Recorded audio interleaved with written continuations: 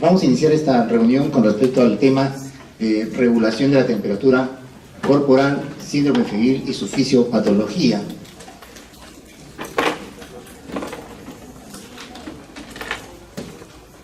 Bien, con respecto a la temperatura corporal, esta está controlada por una serie de mecanismos nerviosos que van a actuar en los centros reguladores de la temperatura, los cuales están localizados, como se menciona acá, en el hipotálamo, ahí es donde están localizados.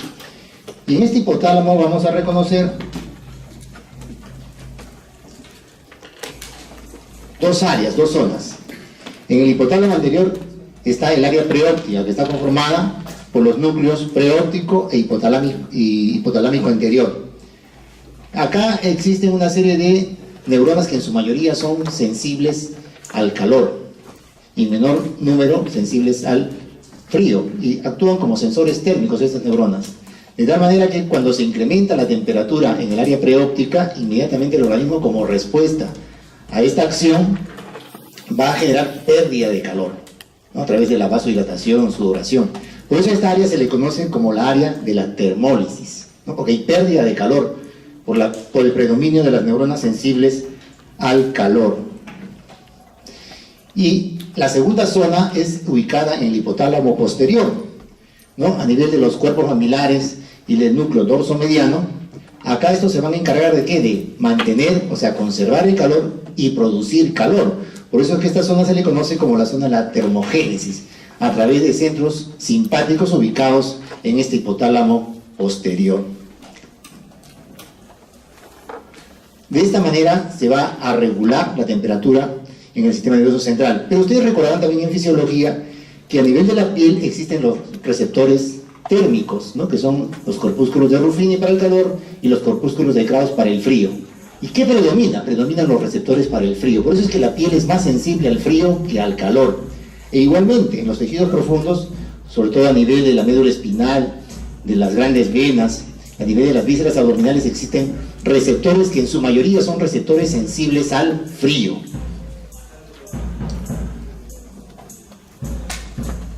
Entonces acá, básicamente para recordar estas dos áreas, el área preóptica, conformada por los núcleos preóptico y hipotalámico anterior, que es el área preóptica en relación a la termólisis, y los cuerpos mamilares y el núcleo dorsomediano, que se encargan de lo que es la producción o conservación del calor, ubicados todos en el hipotálamo, uno en el anterior, otro en el hipotálamo posterior.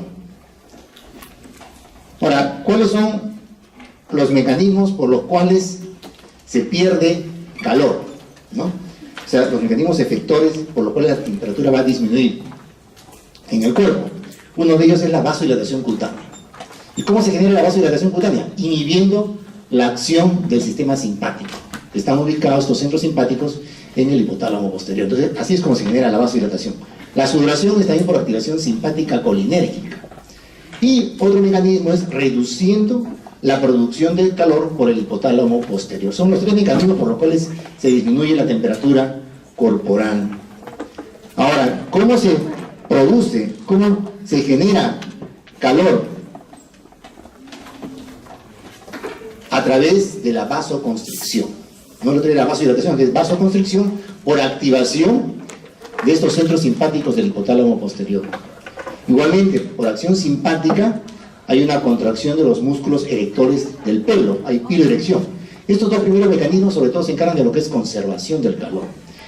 Y más bien, quienes se encargan de producir más calor son los temblores o escalofríos, ¿no? Que es el aumento del tono muscular por acción en el núcleo dorsomedial. Ese se encarga de lo que es los temblores o escalofríos para producir calor. Y también se puede producir calor o incrementarlo a través del aumento del metabolismo celular, por acción también simpática, ¿no? A través de la liberación de adrenalina, noradrenalina. Ustedes generan mayor calor, producen calor. Y eso se conoce como termogénesis química, esta producción a través del metabolismo celular.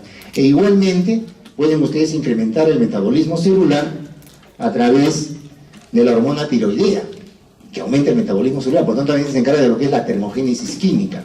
Pero que esto demora más en comparación a la anterior. Entonces, de esa manera ustedes ven cómo se genera mayor calor, ¿no? Cuando el cuerpo tiene frío, estos son los mecanismos para aumentar el calor. Y los anteriores eran para perder calor cuando el cuerpo está caliente.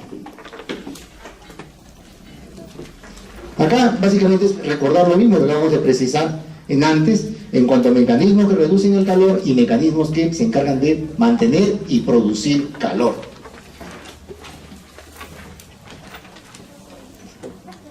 Igual acá en esta lámina se ve pues que el centro regulador o los centros reguladores de la temperatura corporal están ubicados en el hipotálamo anterior e hipotálamo posterior, ¿no? Y a través de la vía simpática van a generar pues los famosos temblores o escalofríos para producir mayor calor. También por vía simpática van a estimular lo que es la piloerección, ¿no? También por activación simpática, liberación de noradrenalina, adrenalina, van a favorecer lo que es la termogénesis química, ¿no? Y más bien a través de mecanismos en que se produce vasodilatación y sudoraciones que se pierde el calor. Son los mecanismos por los cuales se regula de esta manera la temperatura corporal. Ahora, en reposo, se pierde calor por estos 4 mecanismos, ¿no? El más importante es el de la radiación, porque se pierde el 60% de la pérdida total de calor en reposo, a través de la radiación. ¿Y cómo se genera a través de la radiación la pérdida de calor? A través de la emisión por parte de nuestro cuerpo de rayos infrarrojos hacia el medio ambiente. De esa manera se produce pues esta pérdida de calor por radiación. Por conducción llega hasta un 15-18% de la pérdida total, y acá es por el contacto de la superficie corporal, ¿no?, con el medio ambiente, con el exterior, que puede ser el aire, en climas calurosos, o también apoyados en superficies, como en este caso ustedes sentados en las bancas, yo de pie, o apoyado en la pared, también se pierde calor por conducción. Por convección es alrededor del 5%, es el de menor pérdida de calor en cuanto a mecanismos, ¿no? Es mediante las corrientes aéreas de convección, se pierde calor. Y evaporación, que es hasta un 25% de la pérdida total de calor corporal, es que en la piel pues se produce pues lo que es el fenómeno de evaporación del agua que está en la piel. No se olviden que la piel es húmeda, entonces se pierde agua a través de la piel y esto se evapora, y esto se conoce como el mecanismo que corresponde hasta un 25% de pérdida de calor en reposo. Ahora, la temperatura corporal no es un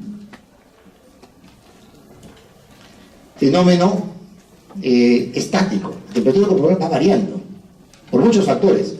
Por ejemplo, con respecto a la edad, no es lo mismo la temperatura de un lactante, un niño menor, que la de un adulto. ¿Por qué? Porque los niños están en proceso de desarrollo y crecimiento, tienen un aumento de su metabolismo celular basal. Entonces se incrementa discretamente la temperatura en los niños con respecto a un adulto. O un recién nacido, que tiene pocas horas de vida, tiene más bien irregularidades en cuanto a su temperatura porque tiene que adecuarse su mecanismo de regulación de la temperatura corporal en las primeras horas de vida, de producido el parto.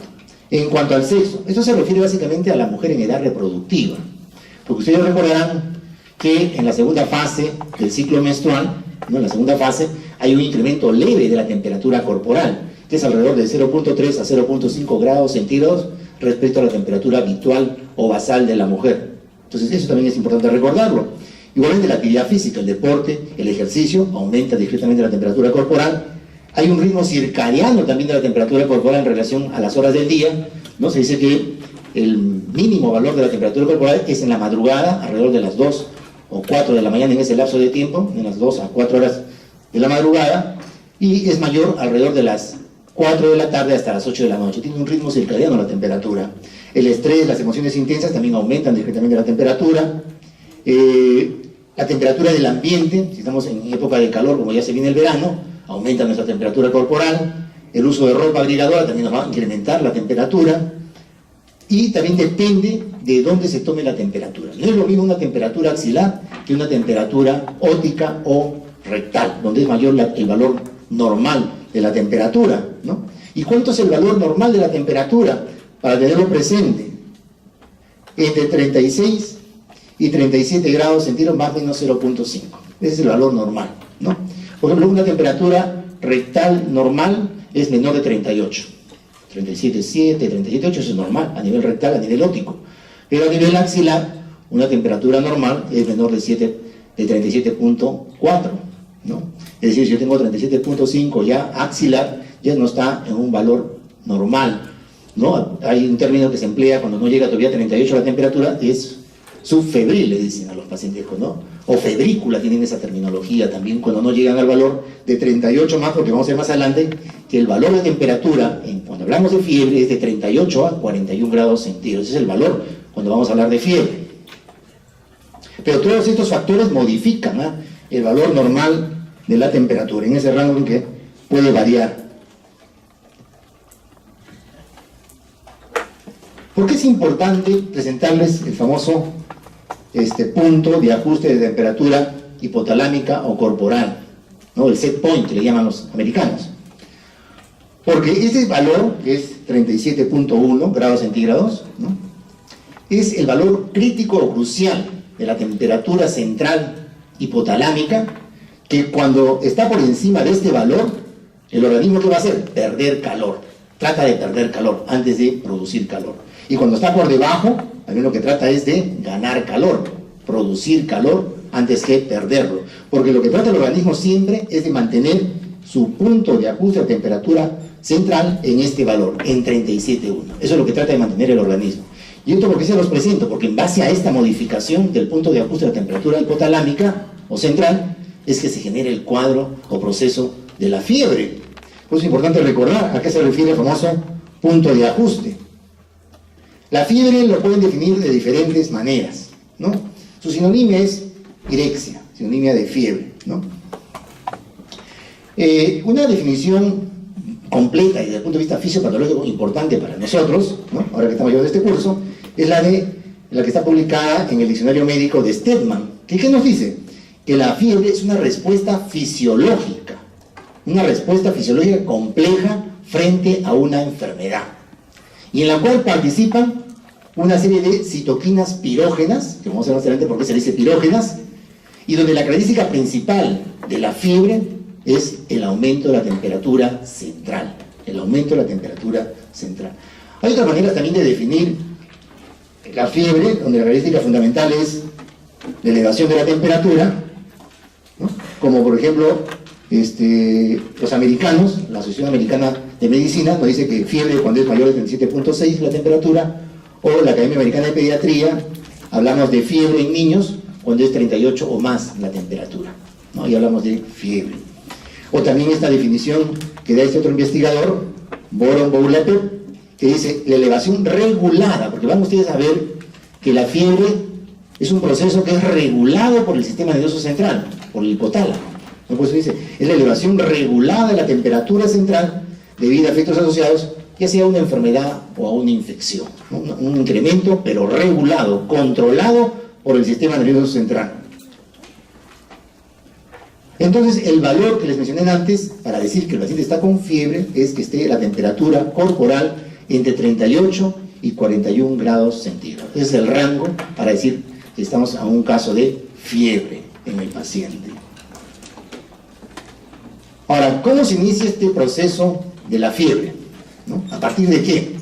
A partir de los llamados pirógenos exógenos, ¿no?, que pueden ser cualquier microorganismo, sea un agente viral, un agente bacteriano, hongos, o también la presencia de toxinas o compuestos inmunológicos o proteínas o cualquier otro producto de degradación que llega a la sangre y al tejido y genera la siguiente respuesta. Estos pirógenos exógenos van a generar la siguiente respuesta, que es que inmediatamente el sistema inmunológico va a responder frente a la presencia de estos agentes o compuestos, va a responder a través de la participación de los leucocitos, de las células blancas de la sangre, ¿no? Entonces estos leucocitos, los que más participan acá, ¿quiénes son? Los macrófagos tisulares, los monocitos y los linfocitos T. ¿Estos qué van a hacer? Los van a fagocitar. Van a fagocitar a todos estos elementos cuando están presentes ya sea en la sangre o en el tejido, y van a ser activados ellos para liberar lo que decía en la definición Stedman, ¿no? Van a activar a estas células blancas y liberar citoquinas, que se conocen como citoquinas pirógenas, ¿no? O también llamados pirógenos endógenos. Pues acá las citoquinas son los pirógenos, los otros eran pirógenos exógenos, estas son pirógenos endógenos, así se les conoce. Y hay una gran variedad de ellos, existe una gran variedad Los más importantes están acá: la interleuquina 1, la interleuquina 6, el factor de necrosis tumoral, ¿no?, la proteína inflamatoria del macrófago y el interferón. Son los más importantes en cuanto al proceso de este cuadro de fiebre en el paciente. Entonces vean acá, vean la gran variedad de pirógenos endógenos que tenemos, y como se sigan investigando se encontrarán otros más, ¿no?, siendo estos los más frecuentes que participan en el proceso de la fiebre, ¿no? Tienen interleuquina 1 alfa, la beta, la 6, la 8, el factor de necrosis tumoral alfa, beta, la proteína inhibidora, proteína inflamatoria del macrófago 1 alfa, 1 beta, el interferón gamma, beta, alfa, ¿no? Todos ellos participan, unos con más preponderancia que otros. Entonces, ¿qué van a hacer estas citoquinas que son liberadas por estas células blanco, ¿no?, células blancas de la sangre? Van a actuar sobre otras células, que vienen a ser las células endoteliales del órgano vasculoso de la lámina terminal, ¿no? Ahí es lo que van a actuar, en las células endoteliales. Y estas células endoteliales lo que van a hacer, ¿qué cosa es? Liberar una prostaglandina. Esa famosa, la más estudiada con relación a fiebre, es la prostaglandina E2, ¿no? La prostaglandina E2, que es liberada por estas células endoteliales del órgano vasculoso de la lámina terminal. ¿Y qué va a hacer esta prostaglandina E2? Va a atravesar la barrera hematoencefálica y se va a unir a un receptor de membrana, que es el EP3 en relación a prostaglandina. Esas siglas son de prostaglandina E, ¿no? El receptor EP3, que se encuentra en las células del centro regulador de la temperatura, o sea, se encuentran en el hipotálamo. Ahí se encuentran estas células con este receptor, se unen con la prostaglandina y a través de ello va a activar el sistema adenilciclasa. Al estimular el sistema adenilciclasa, va a activarlo, genera mayor producción de AMP cíclico y también de neurotransmisores, que conllevan al final ¿a qué? Al incremento o a la elevación del famoso punto de ajuste de la temperatura corporal, y se establece la fiebre.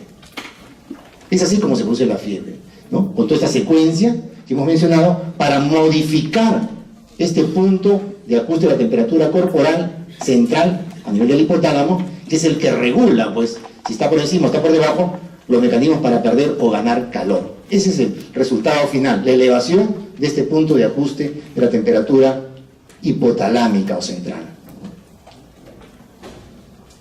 Y se inicia la respuesta febril. Se inicia la respuesta febril, porque hemos visto en la definición, es una respuesta fisiológica, decía Stenman, en relación a la fiebre. ¿Y en qué consiste esta respuesta del sistema nervioso central? Que el hipotálamo, al ver que la temperatura corporal, en este caso la temperatura central, está por debajo del nuevo valor alcanzado del punto de ajuste de la temperatura hipotalámica, se ha modificado el punto de ajuste, está más alto, entonces dice, tengo que producir calor para alcanzar este nuevo punto de ajuste de la temperatura hipotalámica, tengo que alcanzar este nuevo valor, ¿no?, que está incrementado. Entonces puso todos los mecanismos efectores que hemos mencionado para elevar la temperatura corporal hasta ese nuevo valor en que se ha modificado el punto de ajuste. Es importante que este término de punto de ajuste de la temperatura corporal, que está regulado por el hipotálamo. Y la fiebre se establece, ¿no?, porque comenzamos a producir calor, ¿no? Comenzamos a producir calor, entonces puede incrementarse la temperatura corporal en relación a esta modificación que se generó a nivel hipotalámico. Hay una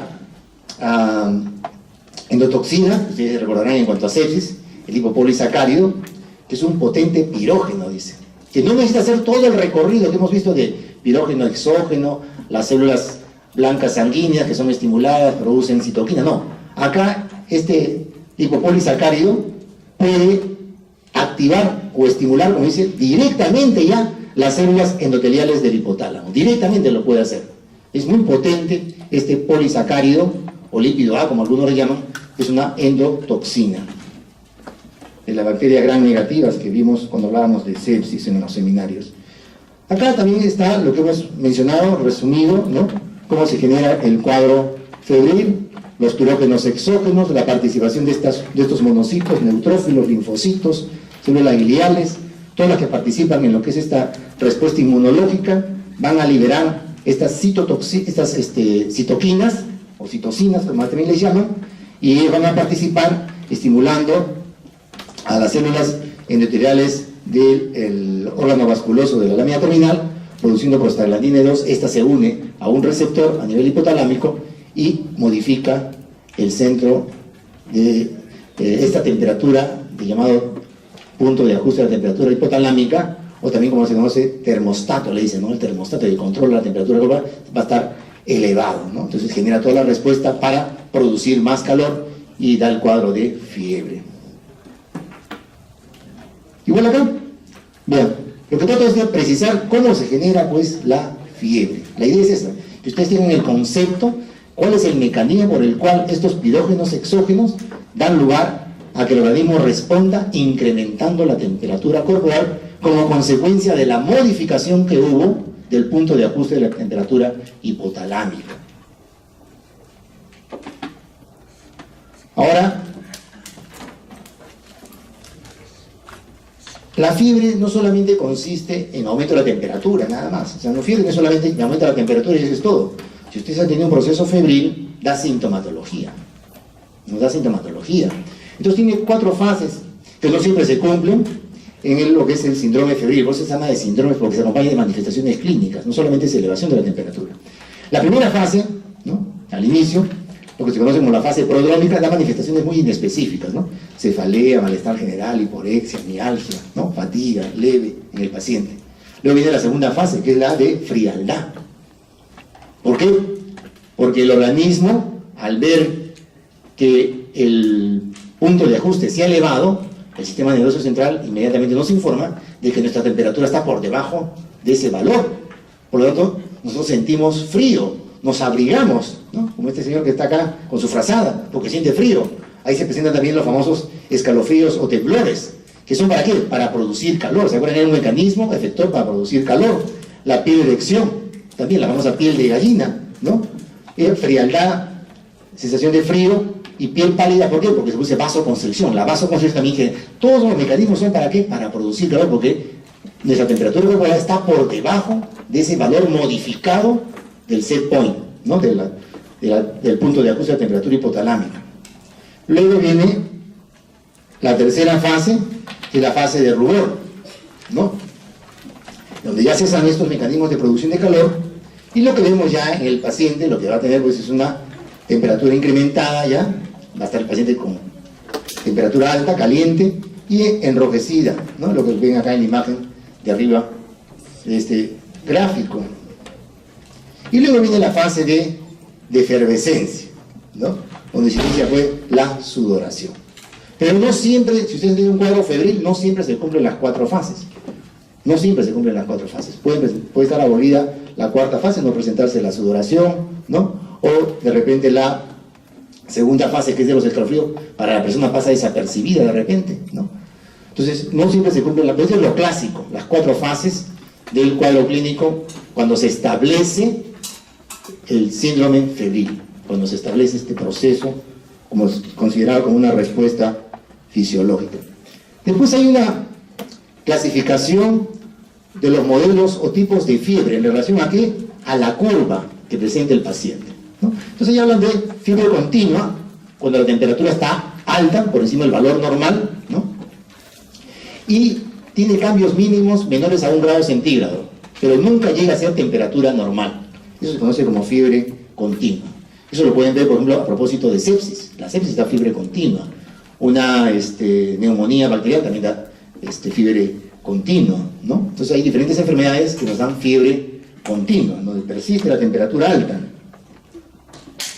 Luego tienen el otro modelo de fiebre, que es fiebre intermitente, donde, como dice acá, el paciente hace fiebre, pero por lo menos una vez cada 24 horas la temperatura cae a su valor normal. Esa es fiebre intermitente, ¿no? Ejemplo de ello, ponen por ejemplo acá el paludismo, da fiebre intermitente, ¿no? Es un ejemplo de este tipo de fiebre. Luego tienen la fiebre remitente. Si bien el término es semejante, muy semejante, pues pueden confundirse ustedes, Pero fiebre remitente es aquella temperatura elevada que tiene modificaciones mayores a 1 grado para diferenciarse de la fiebre continua. De ahí se diferencia de la fiebre continua porque sus variaciones son mayores a 1 grado, pero nunca llega a caer la temperatura a un valor normal. Entonces es muy similar a la fiebre continua, excepto que las variaciones son mayores a 1 grado. Esa es la fiebre remitente, ¿no? Y la otra es la fiebre recurrente.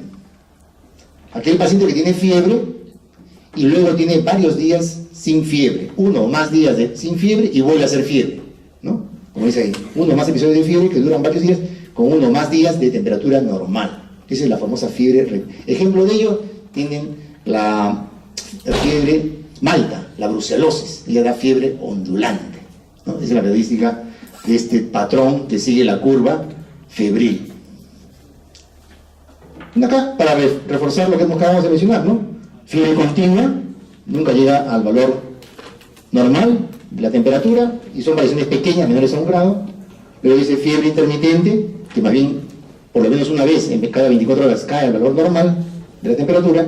Luego tiene la fiebre remitente, que tampoco alcanza el valor normal, pero son variaciones mayores de 1 grado. Y la recurrente, que son días de fiebre con 1 día o más días afebril, ¿no? Es la fiebre ondulante o fiebre recurrente. En cuanto a la etiología de la fiebre, pues se habla de síndrome febril, son muchas, ¿no? Desde infecciones, un traumatismo, las neoplasias, ¿no? O sea, el cáncer, fármacos o drogas, alergias, necrosis tisular, enfermedades metabólicas, nos pueden dar incremento de la temperatura corporal. Pero la más frecuente, por eso es que la población en nuestro medio que tiene la idea, fiebre es sinónimo de infección, infección es sinónimo de antibiótico. Y ellos en la consulta siempre exigen que el médico le prescriba antibiótico. Así sea un resfriado, ellos no se van satisfechos, no digo todos, pero la mayoría tienen esa idea, que la infección es sinónimo de antibiótico. Y en niños, sobre todo en niños, las infecciones son virales, las más frecuentes en niños de 5 años son virales. No requiere antibióticos, eso hay que explicar al familiar, con mucha paciencia. Ahora, manifestaciones clínicas ya del síndrome febril. El síndrome febril, ¿no? Quiero presentar a un paciente que ya tiene el cuadro establecido de fiebre. Manifestaciones cardiovasculares, incrementa la frecuencia cardíaca, ¿no? Va a aumentar también el gasto cardíaco, porque no se olviden, pues, que en estos pacientes no solamente es taquicardia, sino también aumento del volumen de eyección, aumenta el gasto cardíaco. Las manifestaciones respiratorias son el aumento de la frecuencia respiratoria, taquimia. Se dice que por cada grado centígrado que se incrementa por encima de 37, la frecuencia respiratoria aumenta entre 4 y 5 respiraciones por minuto. Y en cuanto a la taquicardia, es de 10 a 15 latidos por minuto, se incrementa por cada grado centígrado que se eleva la temperatura, ¿no? Es una relación que se toma en cuenta. Manifestaciones gastrointestinales, ¿no? Como es anorexia, pobre absorción de fierro, endocrinas, aumenta el metabolismo celular definitivamente, hasta un 10 a 15%, aumenta la hormona tiroidea, es un mecanismo para la termogénesis química, y también aumentan los esteroides, ¿no? Entonces son manifestaciones ya clínicas del síndrome febril. Hay un término que ustedes también deben conocer, ya que hablamos de fiebre, que es la fiebre de origen desconocido, antes llamada fiebre oscura, de origen oscuro, o fiebre de origen indeterminado. Además, el término que mejor se emplea es fiebre de origen desconocido, no se llega a determinar cuál es la causa de la fiebre, ¿no? Entonces, años atrás se veía que estos pacientes presentaban pues temperaturas mayores de 38.3 o iguales a 38.3 en varias ocasiones. Entonces, Petersford y Benson en el 61 establecen los criterios para hablar de fiebre de origen desconocido. Dice que tenga 3 o más semanas de duración sin diagnóstico el cuadro febril en el paciente, ¿no? O que permanezca sin diagnóstico luego de una semana de estudio hospitalario. Se tienen toda una semana para hacerle todos los estudios para buscar la causa de la fiebre y no se llega a determinar cuál es. Sería pues una fiebre de origen desconocido. Más adelante, Durack y Street en el 91 establece que si en 3 consultas ambulatorias donde se ha hecho sus estudios el paciente, no solamente que lleva la consulta, sino que se le ha hecho todos sus estudios en 3 consultas, y persiste con fiebre y no se llega a determinar la etiología de la fiebre, es también de origen desconocido. O si en 3 días hospitalizado, dice, en 3 días, donde se le ha hecho todos los estudios necesarios para investigar la causa de la fiebre, también sería ya catalogado como fiebre de origen desconocido. Y no esperar como tiempo atrás que hablaban de 1 semana o de 3 semanas de fiebre para decir establecer el diagnóstico de fiebre de origen desconocido. Ahora, en los estudios que se han hecho posteriores en estos pacientes se ha encontrado que la mayoría de ellos en que se determinó que eran de causa o de origen desconocido, perdón, era la infección la causante de esta fiebre de origen desconocido. En segundo lugar estaban las neoplasias y en tercer lugar estaban las enfermedades reumatológicas, ¿no?, que cruzaban en estos primeros días sin poder determinarse cuál era el origen de la causa del síndrome febril, ¿no? También se habla de fiebre de origen desconocido nosocomial cuando sucede en un paciente que está hospitalizado, ¿no?, intrahospitalario, o la fiebre de origen desconocido asociada a este virus de la inmunodeficiencia humana o asociado a pacientes inmunodeprimidos. También se habla de fiebre de origen desconocido, ya muy particular para estos casos. Hablemos ahora de la hipertermia o hiperpirexia. Hipertermia no es lo mismo que fiebre, porque fiebre, hablábamos en cuanto al valor de la temperatura, era en 38 y 41 grados centígrados. Para hablar de hipertermia es cuando es por encima de 41 grados centígrados. Ahí hablamos de hipertermia, ¿no? Y en su mayoría son consecuencias de un desequilibrio entre lo que es la producción de calor y la pérdida. Todos esos mecanismos que hemos visto que regulan la temperatura, acá hay un desequilibrio o están alterados, ¿no? Y por otro lado, es importante acá, no participan, dice acá, dice sin mediar modificaciones producidas por el pirógeno endógeno. O sea, acá no hay participación de esos pirógenos endógenos que eran las citoquinas. Acá no participan.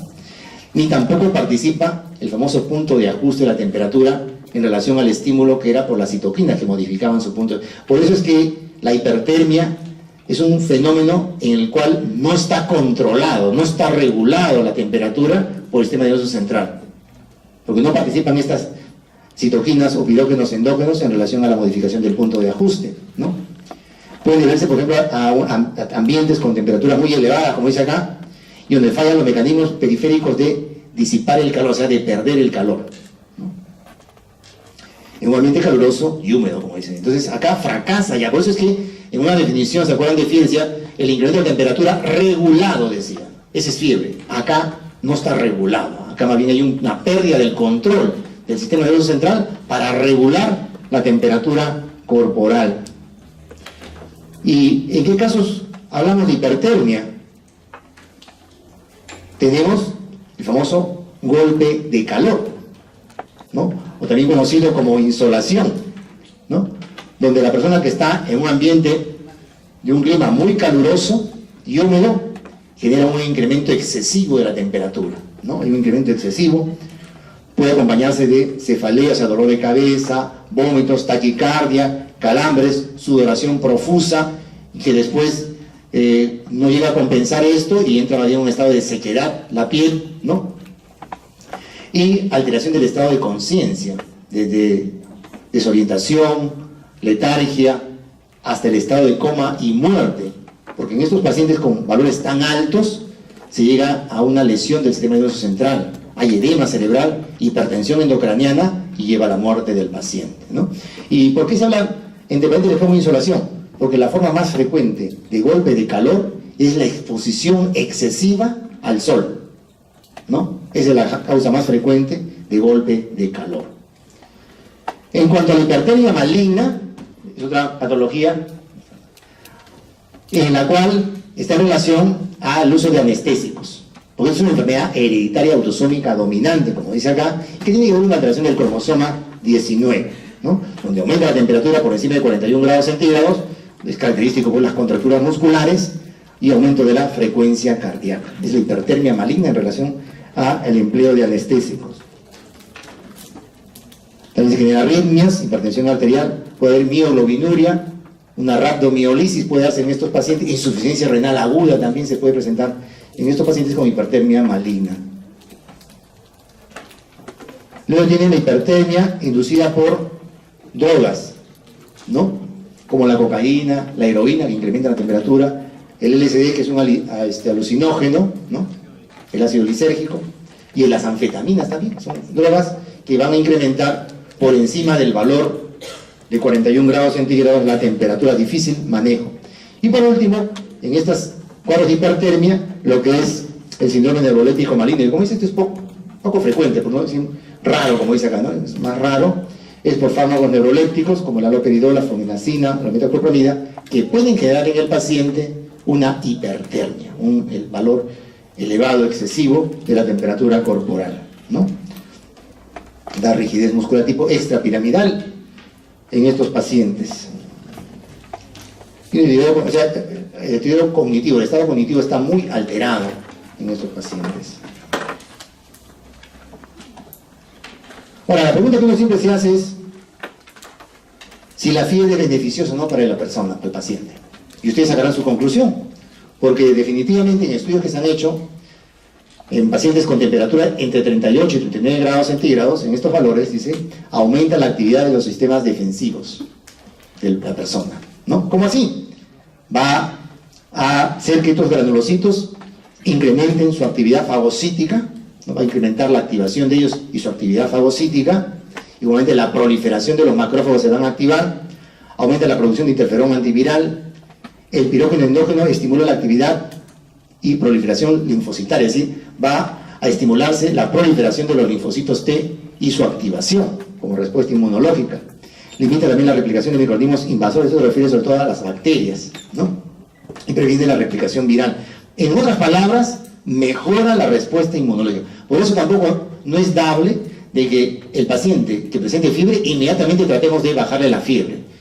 El analgésico antipirético, ¿no? Se da cuando la fiebre se acompaña de sintomatología o alcanza valores altos, pero de lo contrario, no nos apresuremos en prescribir este antipirético, porque vean los beneficios que tiene en la persona frente a una infección, sea viral o bacteriana.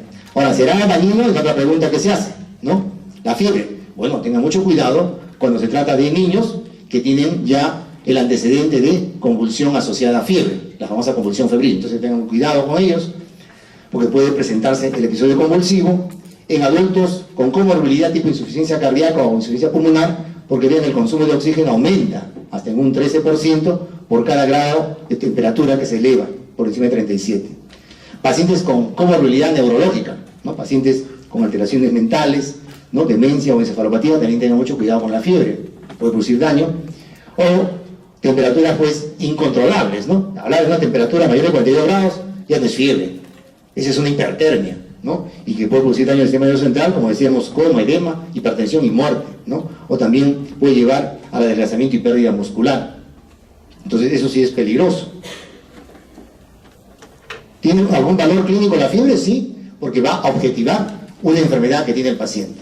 Y por otro lado, también nos va a dar una idea, ¿no? Una idea aproximada de la gravedad de esta enfermedad, y finalmente es útil para hacer el control de la enfermedad, o sea, ver la evolución de la fiebre en el paciente durante su enfermedad, y también ver que cuando cae esta, pues mejora el estado clínico del paciente. Entonces tiene utilidad clínica. Y en resumen, recordar que el centro termorregulador de la temperatura, ¿dónde está? En el hipotálamo. Ya hemos hablado del área preóptica en el hipotálamo anterior y del hipotálamo posterior en relación a los centros simpáticos que establecen la mayor producción de calor, ¿no? Luego, ¿qué más hay que recordar? Que la fiebre es cuando la temperatura alcanza entre 38 y 41 grados centígrados. Por encima de 41 ya es hipertermia. Recordar que la fiebre es una respuesta, como decían, fisiológica, ¿no? En esa definición, o adaptativa frente a una injuria tisular o frente a una enfermedad o una infección. Esa es la fiebre. Y que para que se establezca el cuadro febril, partimos de los pirógenos exógenos que hemos mencionado. Estos van a estimular al sistema inmunológico, el cual va a responder a través de sus células, llámese monocitos, macrófagos, tisulares, linfocitos T, y van a fagocitar, ¿no?, a estos pirógenos exógenos, y van a a liberar citoquinas, que son consideradas las llamadas pirógenos endógenos, ¿no? Pirógenos endógenos, que en una definición hablaban también de ella. Y estas van a actuar en las células endoteliales del órgano vasculoso de la lámina terminal, estas a su vez sobre el hipotálamo anterior. ¿Y qué se va a generar con respecto a ellas? La producción de prostaglandina E2, la cual se une a un receptor, el EP3, en estas células nerviosas del hipotálamo, ¿no? Y van a generar la liberación de AMP cíclico y neurotransmisores que finalmente conllevan a lo que hemos mencionado, la elevación del punto de ajuste, y se establece pues la fiebre, en el paciente, se establece esa respuesta febril que hemos desarrollado con ustedes. Bien, con esto hemos tratado de precisar en este tiempo lo que es la regulación corporal de la temperatura y lo que es el síndrome febril, ¿no? Esto que es el síndrome febril. No sé si hay alguna pregunta, si no, daríamos paso acá a la doctora para que les dé el siguiente tema de esta tarde. Ok, muchas gracias, muy amable.